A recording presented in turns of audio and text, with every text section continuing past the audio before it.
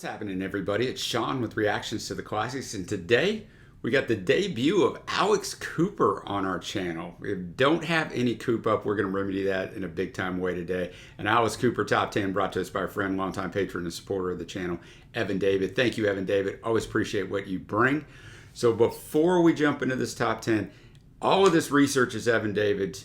He always sends these fantastic write-ups. So if you know a lot about Alice Cooper, you're still going to learn a little bit more. If you don't know anything about Alice Cooper, like I basically didn't know anything. I only knew a couple of Alice Cooper songs. Of course, I know who he is. I've watched interviews with him. I just never really dove into his music a little bit before my time, except for one song on here that came out my senior year of high school that we'll get to much later in the top 10. So I learned a ton, but this is going to be a very long intro just into the career of Alice Cooper. Like I said, it's going to be well worth it. You're going to learn some things. These are all Evan David's words. Let's get it started. It says, rock and roll legend has it that the man who would eventually embody the notorious Alice Cooper was in fact born Vincent Damon Furnier on the 4th of February 1948 in Detroit, Michigan, although his family, headed by his father, Ether, who would become a minister in the Church of Jesus Christ, an evangelical offshoot of the Mormons, would eventually move first to Los Angeles and finally to Phoenix, Arizona, partly in hopes that the Western climate would be beneficial to their son's then fragile health, as he was a chronic sufferer from childhood asthma in particular, and would in fact have a seemingly miraculous escape from death following a near-fatal bout of periodontitis, when he was 11, an incident which would permanently alter his physique by giving him a curvature of the spine and shoulders which made him appear slightly hunchbacked. By his early teens, however, the future Alice's skinny frame was sufficiently robust that he would become a prominent star of the cross-country running team from Phoenix's Cortez High School, where he and several of his fellow runners, including Glenn Buxton, lead guitarist, and Dennis Dunaway, bass guitarist, amongst others, were inspired by the Beatles to form their own spoof pop group called the Earwigs in order to perform at the school's annual Letterman talent show in 1964, whereby they dressed up in Fab Four-esque wigs and costumes and performed parodies of several Beatles songs. The Earwigs duly won the contest, and this inspired the neophyte group to try to become a proper band for real, quickly changing their name to the somewhat more serious-sounding Spiders and expanding their musical repertoire to include covers of other prominent acts of then-ongoing British invasion, including the Stones, the Kinks, the Who, and above all, the Yardbirds. Over the next few years, the Spiders would mutate still further, slowly developing their own original material, acquiring the services of both Michael Bruce on rhythm guitars and Neil Smith, drummer, in 66 and 67, respectively, and changing the name once again to the Nas, eventually moving to Los Angeles in order to try to further their career. By 1968, however, the band had discovered that there was in fact another group out there called the Nas in Philly, headed up by Todd Rundgren of all people, so yet another name change was quickly in the offing. Various legends have since grown up about how and why they eventually chose the name Alice Cooper at this point, perhaps the most compelling of which involved the persistent rumor that it was allegedly belonged to an executed English witch whose spirit they had contacted via Ouija board, and whom Furnier was ostensibly the modern-day reincarnation. But regardless of how it happened, it was clearly a stroke of artistic genius image-wise, and as the newly renamed Alice Cooper himself would later put it, quote, it was one of those things, the guys in the band were all art students. Nothing was just going to be what it was. It was always more surrealistic than that, how about the Husky Baby sandwich, ridiculous names. I went, we've got to come up with something that's the opposite of what we are. What if we had a name like a little old lady that lived down the street, like an Alice Cooper? That was the first name that came out. I could have said Betty Thompson or Martha Franklin or whatever. Alice Cooper was the first name I could think of that sounded like an old lady that baked cookies and sat and knitted on her porch. Then we started thinking, Alice Cooper, Baby Jane, Lizzie Borden. It had a rhythm to it that was kind of macabre. It had that sort of strangeness to it. I was always wondering the Alice Cooper thing, so now I know. The prevailing sense of strangeness would be enhanced still further when the Alice Cooper Band, who first appeared under that name in March of '68, would adopt a shockingly outlandish on-stage persona, which was increasingly at odds with the prevailing peace and love sentiments of the time, and was influenced in part by figures such as British shock rock pioneer Arthur Brown, and involved not only the wearing of flamboyant women's clothing donated to them by their friends, the GTOs, aka Girls Together Outrageously, a group of groupies who had formed a band of their own under the auspices of Frank Zappa. That's going to be important in a minute. But also the usage of some singularly macabre stage makeup and costumes by the frontman himself, a look which was inspired by movies such as Whatever Happened to Baby Jane and Barbarella, as well as by Emmett Peel in the Avengers TV show. As Alice himself later put it, quote, "We had no problem wearing our girlfriend's slip as long as it had blood over it. Black leather pants and motorcycle boots and makeup smeared on. We were probably scarier than we ever were at any time. There was nothing to compare us to. 5 of us would walk in and everybody would go, 'What the hell is that?'" So that got Frank Zappa's attention anyway. In fact, Zappa, who had allegedly first been made aware of Alice Cooper by one of the GTOs, who told him that she knew a band whom everybody hated, that nobody would sign, and who played the weirdest music you'd ever heard, would eventually arrange an audition for the band at his home in Laurel Canyon, where they duly arrived at 7 a.m. on the appointed day and started playing.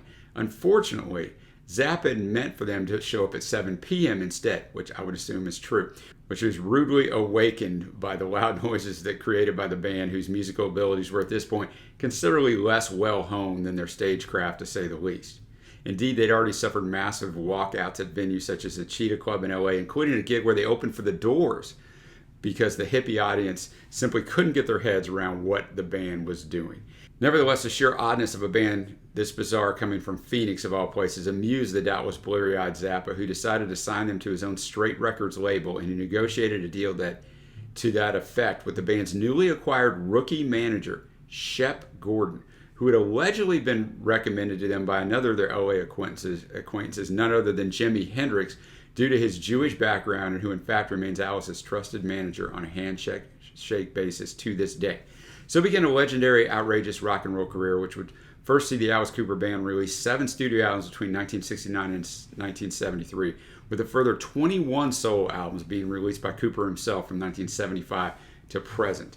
To begin with, however, the band were still far more infamous for their increasingly surreal, even horrifying antics on stage than they were for their music, with undoubtedly the most famous Alice Cooper incident of all taking place at the Toronto Rock and Roll Festival in 1969, where Shep Gordon had managed to secure them a prime spot between the Doors and John Lennon. Wow. But which would instead be remembered for the frontman's brief, deadly encounter with a decidedly doomed piece of ill-fated poultry which had somehow gotten on stage. Alice himself, however, still argues that he never intended any harm to the bird in question, insisting instead that, quote, "The audience killed a chicken. We didn't bring it. Being from Detroit, never being on a farm in my life, it had wings, it had feathers, it was a bird, it should fly. I picked it up and chucked it into the audience, hoping it would fly out. Somebody would take it home as a nice pet. It plummeted into the audience, and the audience tore it to pieces. Nice hippie Toronto audience tore it to pieces and threw the parts back up on stage. Next day, Alice Cooper, quote, Alice Cooper kills chicken, blood everywhere." So that was the headline. Of course it never happened. The kicker of this story is the first 5 rows were in wheelchairs. They were the ones that killed the chicken. That made it more weird to me. Frank Zappa called and says, "Alice, did you kill a chicken last night?" I went, "No." He said, "Don't tell anybody. They love it." Regardless of intent, Alice Cooper now had an indelible image as villainous chicken-killing barbarians, which they were more than happy to play into for publicity's sake, signaling the dawn of a new post-hippie musical era within which, as Alice himself would later put it, "Why do we always have rock heroes? Why not a rock villain? I was more than happy to be rock's Darth Vader. I was more than happy to be Captain Hook." In the process, however, the Alice Cooper Band finally wore out their welcome in LA, deciding instead to make their new home base in the first town that they would get a standing ovation. As it turned out, this would be none other than Alice's own birthplace of Detroit, whose hard-rocking musical scene, already dominated by the likes of Iggy Pop and the Stooges and the MC5, would fit them like a proverbial music glove. For as Alice put it again, quote, "We were into fun, sex, death, and money when everybody was into peace and love. We wanted to see what was next. It turned out we were next, and we drove a stake through the heart of the love generation."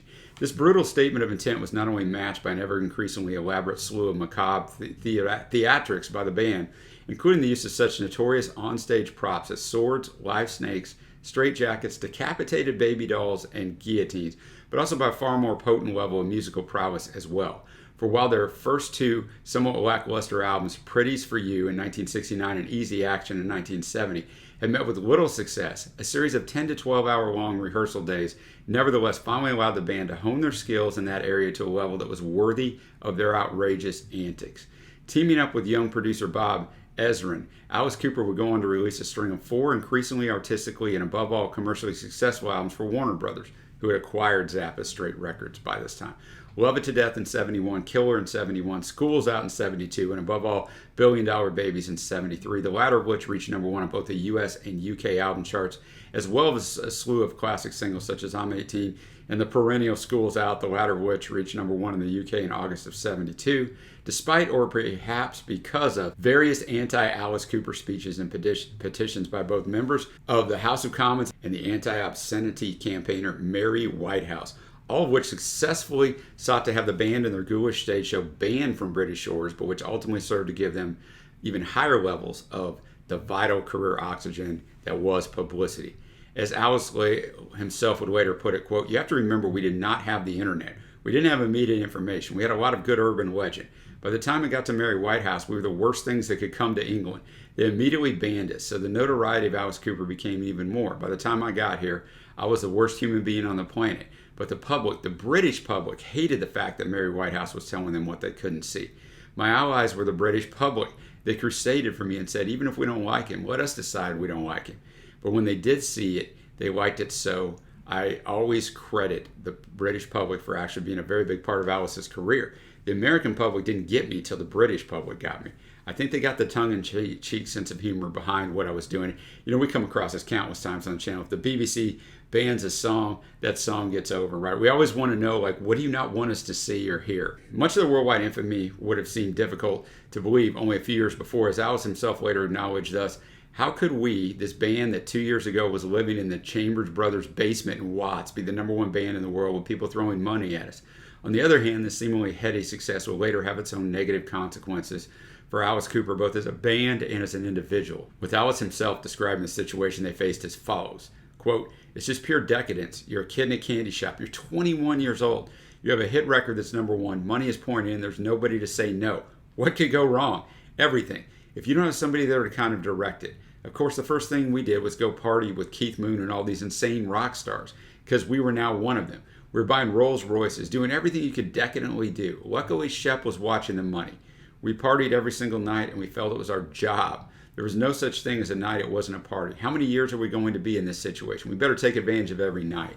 By the release of 1973's Muscle of Love album, however, which was not produced by Ezrin, and whose eventual number 10 U.S. chart position, while still successful, was a decided come down from its lofty predecessor, the rest of the band were becoming increasingly weary and burnt out, with Alice's ever higher media profile, amongst other things, irritating the other members, who also wished to emphasize their own musical prowess in the future at the expense of Alice's desire for ever more elaborate theatrics, with such disagreements amongst those eventually leading to singer and band officially parting ways in 1975.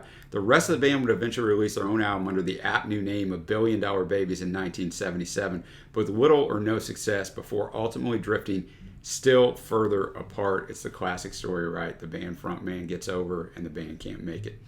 By then, however, the former Vincent Furnier, who had already changed his own name to Alice Cooper by deed poll at an ever-canny Shep Gordon's urging a couple of years earlier, had already reunited with Ezrin to produce his first groundbreaking solo album, Welcome to My Nightmare, whose chilling concept of its central character, Stephen/Alice, being trapped in his dreams and unable to wake up from an increasingly terrifying and surreal nightmare, not only introduced themes of traumatic childhood fear and insanity that Cooper would revisit at several different stages of his career, but also led to him to create his most elaborate and outrageous stage show yet, which would also be turned into a TV special and concert film with Vincent Price, serving as a deliciously wicked narrator in all three. Following the success of this album, which returned Cooper to the top 5 of the Billboard album chart, Alice would become an increasingly prominent Hollywood celebrity as well as a rock star over the next few years, with showbiz acquaintances including the likes of Groucho Marx, Peter Sellers, Salvador Dali, Elvis, and the notorious Hollywood Vampires Drinking Club of his fellow rockers, including Keith Moon, Harry Nilsson, Ringo Starr, Mickey Dolenz, Bernie Taupin, and John Lennon, amongst others, plus a memorable appearance on The Muppet Show in 1978 to boot. Far more significantly on a personal level, however, Alice would marry a beautiful dancer whom he'd met on his Nightmare tour, one Cheryl Goddard, in March of 1976, a marriage which, despite various trials and tribulations, still endures to this day, with Cheryl and 2 of their 3 children often taking part in Alice's stage shows. All this apparent fame and alcoholism, however, would soon be rendered increasingly hollow by Cooper's steadily worsening alcoholism, which at one point would allegedly see him consume up to 2 cases of Budweiser and a bottle of whiskey every day, and which would eventually lead to him being committed to a sanitarium in Westchester, New York by both his new wife and his manager in order to dry out in 1977. This apparently successful initial course of treatment would also inspire one of Alice's strongest albums during this time, namely 1978's From the Inside, which recounted the fictionalized experiences of many of the mentally ill characters whom he met in a sanitarium, and would also be turned into a one-off Marvel comic starring Alice a year later. As the 1980s dawned, however, a seemingly innocuous single sip of wine during dinner would sadly lead Alice to relapse in spectacular fashion, not only with regards to alcohol, but also with other illicit substances, including cocaine, leading to the darkest period of not only his career, which has seen him release at least 4 increasingly lackluster albums, whose recording he cannot now remember, dubbing them as blackout albums as a result, but also of his very life. As increasingly emaciated Alice at one point, once again, hovered near death, this time due to cirrhosis of the liver, before finally recovering and reaffirming a newfound sobriety in 1983, which has lasted to this day. Alice himself attributes both his survival and his continued sobriety to a higher power, claiming that, quote, "The alcohol was my prop of props. I went in the hospital, I came out, I went right into a bar, I sat down, I ordered a Coca-Cola, waiting for the craving to come. Over 30 years later, I've never had that craving. I've never had that. Even in the most pressured situation, the thought of having a drink never occurred to me. I really believe God just took it away from me. I tell you, I didn't do anything miraculous. It's just gone. So I have to attribute it to a higher source, you know." The newly sober Alice would eventually turn to both recording and touring in 1986, despite his lingering fears that he would no longer be able to perform as the Alice character without alcohol to spur him on, later saying that, quote, "I wore a hole in the carpet the day that I played Alice sober." It had already been clear to him during his early bouts of therapy, however, that the Alice character himself never actually drank on stage, and that the root of his ongoing addiction problems lay not with Alice as Mr. Hyde, but with the Dr. Jekyll-like Vincent Furnier's own weakness instead. In the event, Cooper needn't have worried, for he has himself put it, quote, "The music was ready, the band was ready, everything was ready. The only thing I could do was just stand up and just be angry, and this new Alice was born, really arrogant. The only way I could approach it was to be vicious, to treat the audience like I was a dominatrix and they were my trick. That's how it felt too. I realized that the audience loved it. Alice never said thank you. I really enjoyed playing it like that. So I said, good, I have a new Alice to play."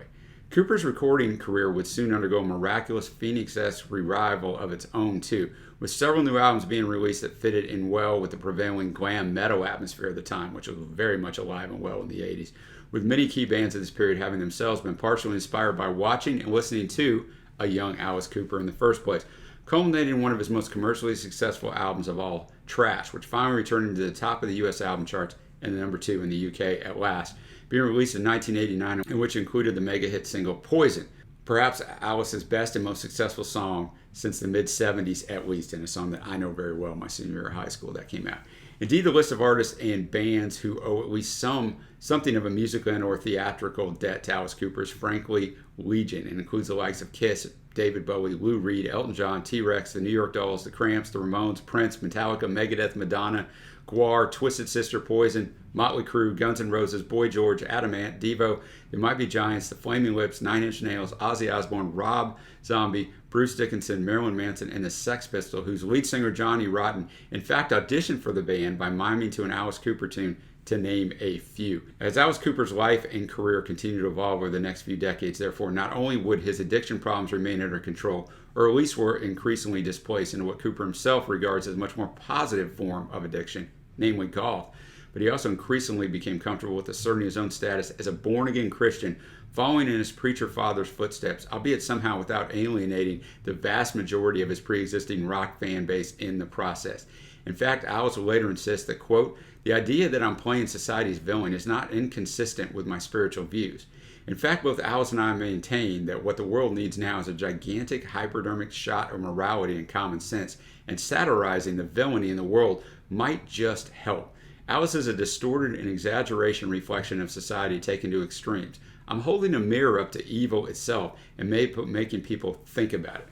As he continues to do so with great success even to this day, both as a solo artist, his 21st solo album, 28th overall, dubbed Detroit Stories, would in fact reach number 1 on Billboard's modern-day top album sales chart upon its release in 2021, and more recently with the Hollywood vampire supergroup, which involves such figures as Aerosmith's Joe Perry and actor Johnny Depp, as well as Alice, in which largely played cover tunes first made famous by Alice's fallen comrades and the original vampires, as well as by the other key deceased influence upon his career, such as Jim Morrison and Jimi Hendrix, alongside some original material. There would be the occasional brief sporadic reunions with the other original members of the Alice Cooper Band over the ensuing years to boot, including their guest starring on songs on several recent Alice solo albums, and culminating with the Alice Cooper Band itself being inducted into the Rock and Roll Hall of Fame in 2010, minus Glenn Buxton, who had sadly died of pneumonia in 1997. As this overview of Alice Cooper's life and career, which has nevertheless only barely scratched the surface of either, finally draws to a close, all that remains is for me, remember this is Evan David, to reaffirm my own love and fascination with both his spooky artistic persona and especially his music, both of which I've been a fan of ever since first hearing School's Out on a 70s compilation CD in the early to mid-90s, much to my own mam's chagrin, as she herself was one of those who couldn't stand Alice Cooper back in the day. In fact, Alice was the first artist I really got into that my mam despised, if not out and out hated, a musical rite of passage I doubtless share with countless others over the years. Since then, I've been lucky enough to see Alice Cooper live in Wales, backed by Twisted Sister, during my university days, bearing witness there and then to the eerily magical onstage phenomenon that occurs when the former Vincent Furnier puts on his makeup and becomes the Richard III type Shakespearean arch-villain of rock and roll. And in so doing, reminding us all that, as Cooper himself once said, "I've been married 45 years. We're the most American and moral family. Go to church on Sundays and Wednesdays. But when I play Alice, I get to be this creature." Hopefully the Alice Cooper phenomenon will continue for many, many years to come. For as Alice puts it, I always said, if I get fat, if I lose my hair, if I get on stage and I don't want to do this anymore, if the audience doesn't show up, those are all the things that would make me go, okay, enough. None of that's happened, so there's no reason for me to stop. I like the idea that Alice became woven into the fabric of rock and roll as a character. 50 years after I died, I hope there's somebody else playing Alice. You could go into a Halloween store and buy an Alice costume, and I'm very happy with that. I'm kind of proud that I did create a character that will hopefully live on, while thus eagerly awaiting the call to become the Welsh face of the future global Alice Cooper franchise. This is Evan David. However, I have in the meantime jumped at the chance to re-listen to his entire 28-album discography in order to compile this top 10 list for RTTC, and I sincerely hope that you all enjoy it. But if you don't, then feel free as ever to leave your own alternative list in the comments below. So before we get started, I will tell you that the music will not be in this video. Click the Vimeo link below. Fast forward about 23 minutes of what this intro was, and you'll be there at the music if you choose to do it. It's going to be mainly music videos, concert performances, and some videos, so I'll head over to YouTube for those. But let's start this thing off with Ballad of Dwight Fry. Taken from the Alice Cooper Band's breakthrough third studio album, 1971's Love It to Death, and named after the Hollywood actor whose mesmerizing performance as Renfield, the tragically deranged sidekick to Bela Lugosi's Dracula in the classic 1931 movie about the vampire count, is still one of the finest examples of scenery chewing ever committed to celluloid. This eerie epic sees the singer bemoaning his fate as a desperately helpless but still villainous inmate of a notorious insane asylum to spine-chilling effect, remains at the grand center of the Alice Cooper stage show to this day. As Alice himself puts it, quote, "There are hits and then there are what you'll call stage hits. Dwight Fry was not a radio hit, but my audience expect to see Dwight Fry on a stage. The straitjacket, the guillotine, I would never take that away from them. I stage it differently, I set it up differently, I light it differently, but when they see the nurse with a straitjacket, the place goes crazy. They want that more than anything. I'm not going to not do that."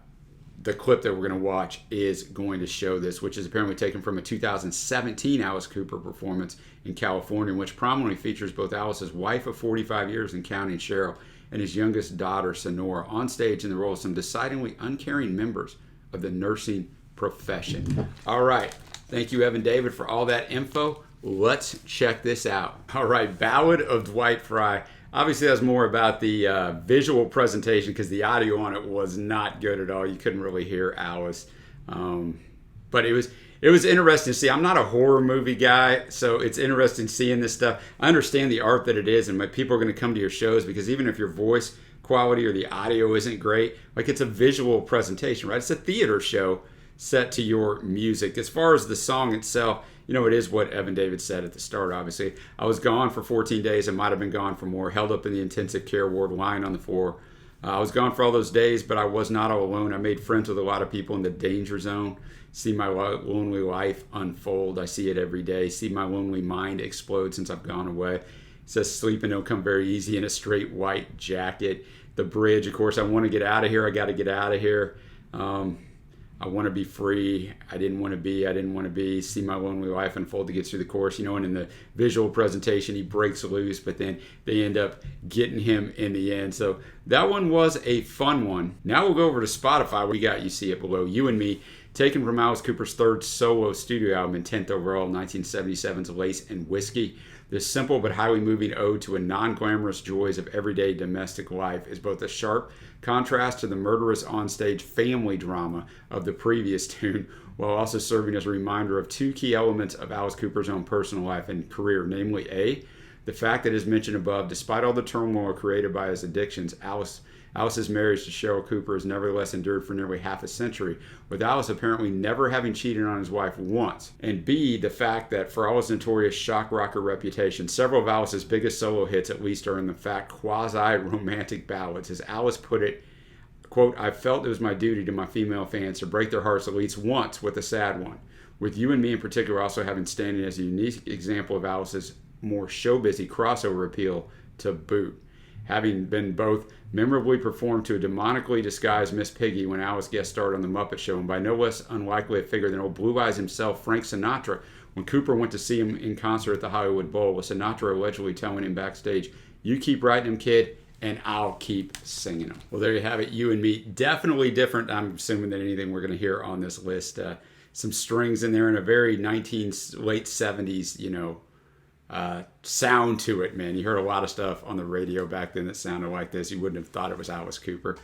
Just talks about when he gets home from work, he just wants to be with her. The chorus is repeated numerous times, but you and me ain't no movie stars. What we are is what we are. We share a bed, some loving and TV, yeah, and that's enough for a working man. What I am is what I am, and I tell you, babe, well, that's enough for me. So satisfied with his life, just wants to be with this girl. They don't have to be some rich, great-looking couple. He's happy with how it is. So, like I said, interesting, some strings in there. Never heard of Alice like this. Now we'll go back over to YouTube for the 8-track Escape, taken from Alice Cooper's first solo studio album and 7th overall.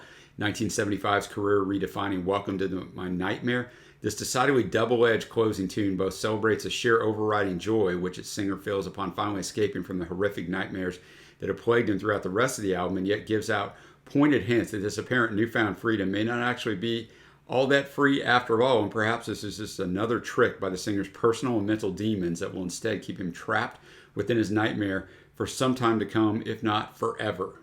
This sense of overwhelming liberation combined with lingering helplessness is aptly captured by this clip, the one we are going to watch from the Welcome to the Nightmare TV special concert film, in which both ably depicts many of the literally nightmarish difficulties and traumas already encountered by its central Alice Stephen figure, and also aptly demonstrates just how lavish a production it was at the time, costing around $600,000 to produce. That's between $2 and $3 million in today's money. Although none of these lavish trappings should be allowed to obscure the fact that Escape is also quite simply a cracking little tune in its own right, Evan David says. Let's go check out this video. Well, there you have it, Escape. It did sound like a pretty good tune. It's hard to concentrate on both, right? Because there's so much going on visually. I imagine people watching this TV special are like, wow, man, it really did a good job of kind of playing up what Alice was trying to accomplish at this time in his career. That's tough, though, when you focus on the theatrics and the stage show, but then, of course, it's got to be something you want to buy and listen to. So it's a tricky thing to do both. And I paint on my cruel or happy face, I hide me behind it. It takes me inside another place. I mean, that might be a little bit of his own autobiographical stuff where no one can find it. Escape. I get out when I can. Escape. I escape anytime you can. I'm crying in my beer. Come on, let's escape. Just get me out of here. Don't get me wrong. Don't get me right. I'm not like you are. When I get home from work at night, I'm blacker and bluer. And just kind of, my doctor said, just come around and you'll be taken care of. And while he ran my problems down, I stole his mascara. So some interesting lyrics there. Now we'll move on to song number 7. It's not a video. Now we'll move on to song number 7, the song that didn't rhyme, taken from 2003's The Eyes of Alice Cooper. Alice's 16th solo studio album, his 23rd overall, and which is also pound for pound Cooper's strongest 21st century album so far to boot, as far as I, for one, am concerned. That's what Evan David says. This oddly gentle yet wryly ironic tune about what happens when a song that just couldn't or shouldn't be made to work eludes the clutches of its Frankenstein-esque characters and escapes into the musical wilds regardless is a biting example of both Alice's absurdly satirical sense of humor, which led to the likes of Groucho Marx's regarding him as a fellow old-school vaudevillian, and of his underrated talents as a songwriter, which have been attested to in the past by no less an authority on the subject than Bob Dylan himself. As Alice once put it, quote, "To me, the cleverness of the lyrics were very important. I'd say nobody has written more clever lyrics than Chuck Berry. So I would listen to Chuck Berry. I said, what you do is you write the punchline first, then back up the song. That's how you write these songs. Ray Davies was very good at that, writing well and dedicated follower of fashion. So I learned from watching those guys how they did it. Then I just did it and took it one step further." This is not a video, but the audio is not on Spotify. This album isn't, so we're just going to hear some audio I took off of YouTube. All right, the song that didn't rhyme, just a clever little tune, about how the song doesn't rhyme. Wrote a song, it was wrong from its first conception. Seemed I struggled on every line. It wasn't fast, wasn't pretty, wasn't serious or witty. The song that didn't rhyme, the band couldn't play it. He goes on to say the melody wasn't any good. All the record guys got fired. The president retired, but somehow the song survived. He said a 3-minute waste of time is how he finished it. No redeeming value of any kind, but thanks for the $12.99 paid for the album on a song that didn't rhyme. So a clever little thing there. Alice sounds a little different, on these quieter ones. It's interesting to hear him in that way.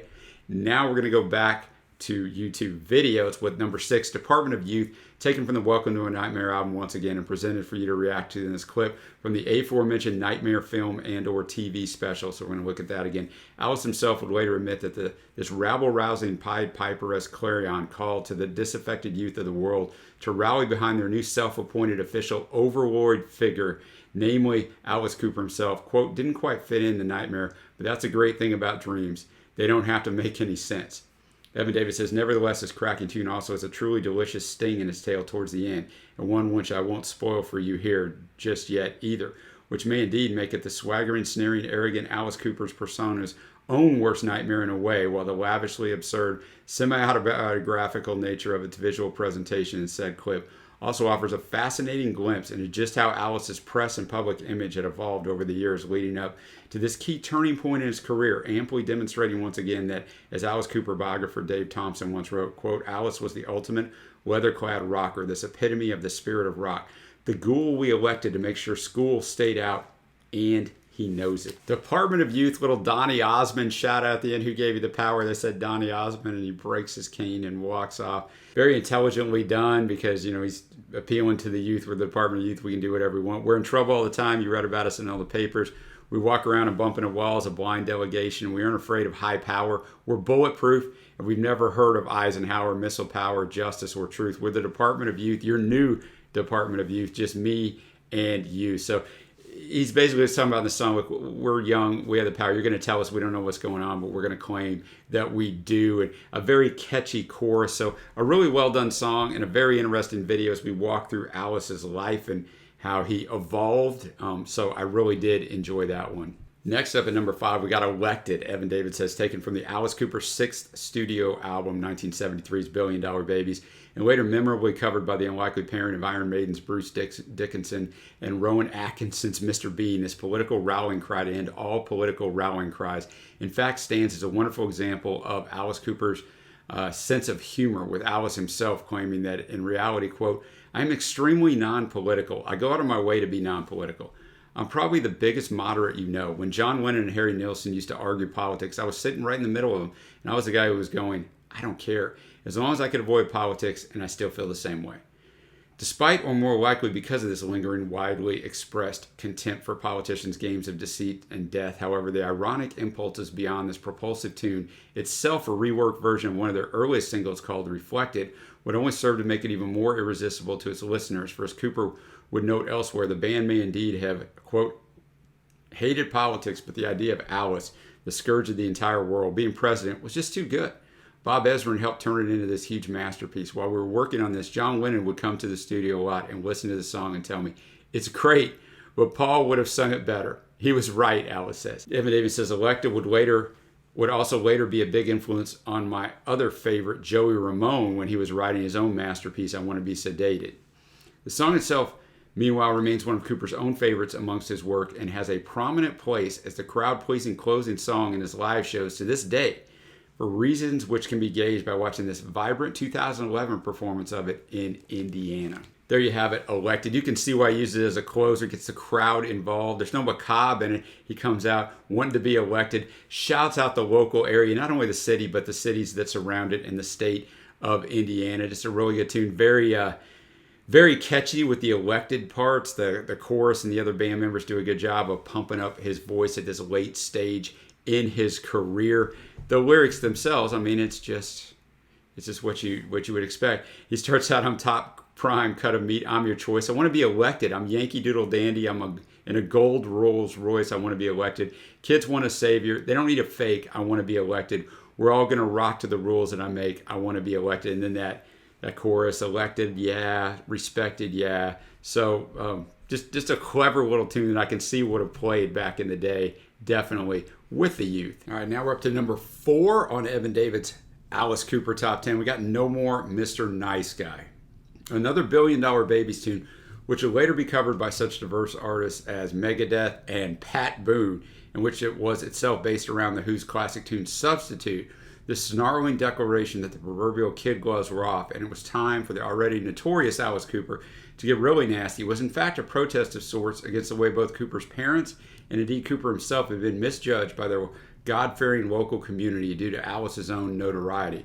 Although Alice's preacher father was eventually able to persuade many in his own congregation, at least that said notoriety was simply the result of his son's dark, even warped sense of humor manifesting itself rather than a sign of anything more sinister, let alone demonic. For all that the band had always courted such controversy as a way of appealing to kids whose own parents couldn't fathom the weird depths of the Alice Cooper phenomenon.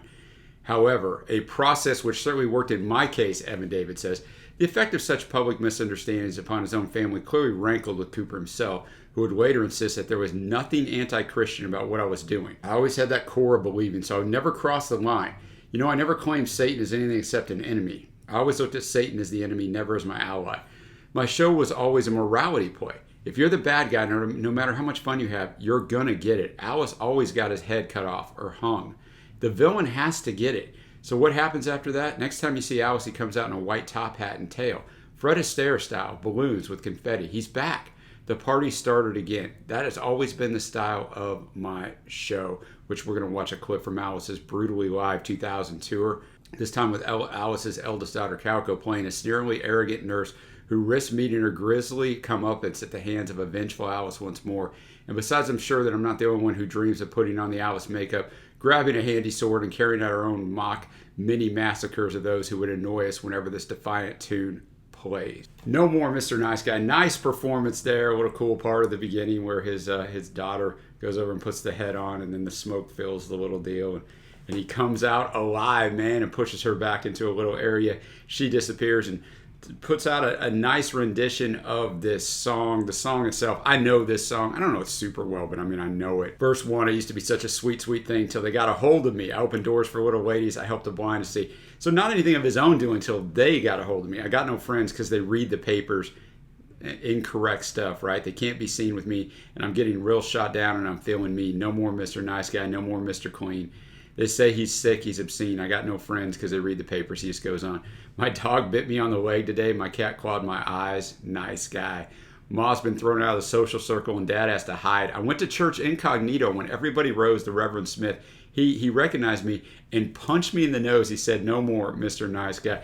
Really well written lyrics here, some of the best lyrics, and because it comes from a personal place, as Evan David shared. You see it below, number 3, Desperado, taken from the aptly named Killer, the Alice Cooper Band's 4th studio album from 1971, and described by Dave Thompson as, quote, being still the greatest Western ever set to music.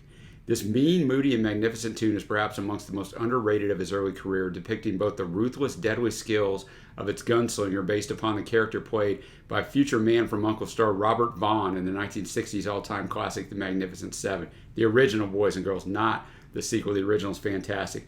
Who both wore lace and black leather like his counterpart in the song, and who also did his merciless task for a mere $20 in the movie. In with Alice himself also acknowledging later that I intentionally did the vocals and lyrics as a tribute to Jim Morrison. Jim was a drinking buddy and an early supporter of the band who really meant a lot to us. All right, let's check this out. Well, there you have it, Desperado. Pretty much just what Evan David has said in the beginning. I mean, he's just talking about I'm a gambler, I'm a runner, but you knew that when you lay down, I'm a picture of ugly stories, I'm a killer and I'm a clown. The chorus, step into the street by sundown, we're going to have this showdown, right? Step into your last goodbye, you're a target just by living, $20 will make you die. And he just kind of plays all that out, but it was interesting knowing the Jim Morrison and seeing that quote from Alice, because he speaks basically the verses in the speak sing type of way, and then he sings the chorus. So you definitely see Jim Morrison all over it once you know it's there. Well, now we're up to our top two, and most of you who are Alice Cooper fans are probably going to have a guess and know what the top two are. It's just a matter of what order they're going to be in. Evan David goes with number 2, School's Out, taken from Alice Cooper's band's 5th studio album of the same name from '72. This gloriously rebellious title track still remains far and away the quintessential Alice Cooper signature song, with Cooper himself describing its genesis and overall significance as followed, quote, how many chances do you get to write an anthem that everybody on every continent is going to get? What can you say that's going to unite that many people? We knew there was Happy Birthday, there was Merry Christmas. I said, what is that common denominator? School. What about school? The last day of school, the last 3 minutes before you have 3 months off, the biggest release of all time. If we can capture that 3 minutes and that reaction to the song, it's going to be huge. That was the only song out of all the hits that I was sure was a hit. All the other ones I went, maybe, I don't know, maybe. You listen to it for 3 minutes and you went, it's the anthem of all anthems. You get one of those in your life. School's Out was ours. My Generation was The Who's, Satisfaction's the Rolling Stones. When you hear that song, that's the one that connects you with the band forever. So we're going to watch the December 1972 performance of it on Top of the Pops. I look forward to this one great. I know this song. I know the number 1 song, and I knew no more Mr. Nice Guy. Let's check it out. There you have it, the iconic School's Out. You know, brilliant songwriting for Alice, because it is the anthem. Like, everyone will relate to it, and it'll bring the youth to you. Already that rebellious streak, it will just bring them to you. We got no choice. Well, we got no choice. All the girls and boys making all that noise because they found new toys. Well, we can't salute you, can't find a flag. If that don't suit you, that's a drag. School's out for summer. School's out forever. School's been blown to pieces, and then he gets that no more pencils, no more books, no more teachers, dirty looks. Yeah, well, we got no class, we got no principles, and we got no innocence. We can't even think of a word that rhymes. So there's just some funny stuff in there, and obviously an all-time classic. So that's going to bring us to number 1. Drum roll, please. Most of you have probably already guessed it. It's Poison.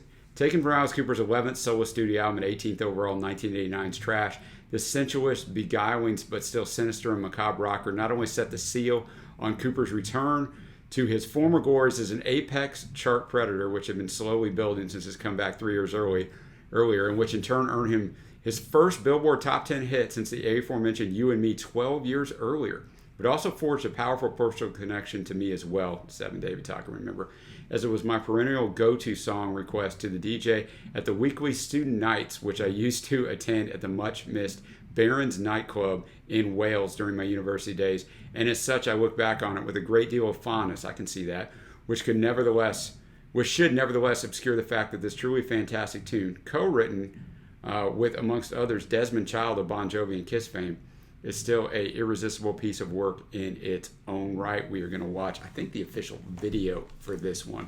Well, let's check it out. There you have it, Poison. I didn't remember that video, right? But I know I've seen it a ton of times. Everything that was glorious about the late 80s in videos, right? You have to have a scene where it's raining. You have the hot girls. You have the multiple different scenes. The music itself has that guitar instrumental in there. It's everything about the glam metal that I actually loved back in the day. You know, very catchy song. And just basically, the whole gist of the story is, look, man, this girl, he's very attracted to her, but he knows that he can't go near her because she's poison, she's bad news. But it's just hard to keep from doing that. One look could kill my pain, your thrill. I want to hold you, but I better not touch. I want to hold you, but my senses tell me to stop. I want to kiss you, but I want it too much. I want to taste you, but your lips are venomous poison. You're poison running through my veins. So a nice song there and a fitting number one. I know most of you watching this are going to want Schools Out as number one. I get that. There's a ton of honorable mentions here, so I'm going to go rapid fire from Evan David. I'm 18. Is It My Body? Sun Arise, Under My Wheels, Be My Lover, Muscle of Love, Teenage Lament, 74, Generation Landslide, Sick Things, I Love the Dead, Welcome to My Nightmare, Devil's Food, Black Widow, Only Women Bleed, Go to Hell, Give the Kid a Break, How You Gonna See Me Now, I Never Cry, Sirius, From the Inside, Clones, We're All, Zorro's Ascent, Teenage Frankenstein, The Great American Success Story, He's Back, The Man Behind the Mask, Lock Me Up, Freedom, House of Fire, Only My Heart Talking, Feed My Frankenstein, Wind Up Toy, The Saga of Jesse Jane, Steal That Car, Don't Give Up, and especially Hello Hooray, Billion Dollar Babies, Sideshow, Man of the Year, and above all, Halo Flies, the latter of which would almost definitely have made the list if it not for the slight complication of it being a census staggering 8 minutes and 23 seconds long. So lots of honorable mentions, but Evan David did mention that he listened to all 28 albums again, so I can see that. Well, now we get up to my favorite tracks. As I mentioned at the start, I only knew a few tunes. Obviously, knew Poison is right in my wheelhouse. I was 17 years old. It was my senior year of high school. Also knew Schools Out, of course. And I knew No More Mr. Nice Guy. I didn't know it greatly, but I mean, I did know it. So this was fun to go through this, learn about Alice, see the stage show, see all that stuff. That said, my honorable mentions are You and Me, Elected, and I'll go with Department of Youth. My favorites, they're going to be the ones I knew, but I guess I knew them for a reason. No More Mr. Nice Guy, Schools Out, and Poison. As always, appreciate everybody watching. Appreciate you, Evan David, for bringing this fantastic list to us. If you want to support us in any way like Evan David does, check out the Patreon link below or the one on the end screen that is about to hit. Until next time, guys, I will see you.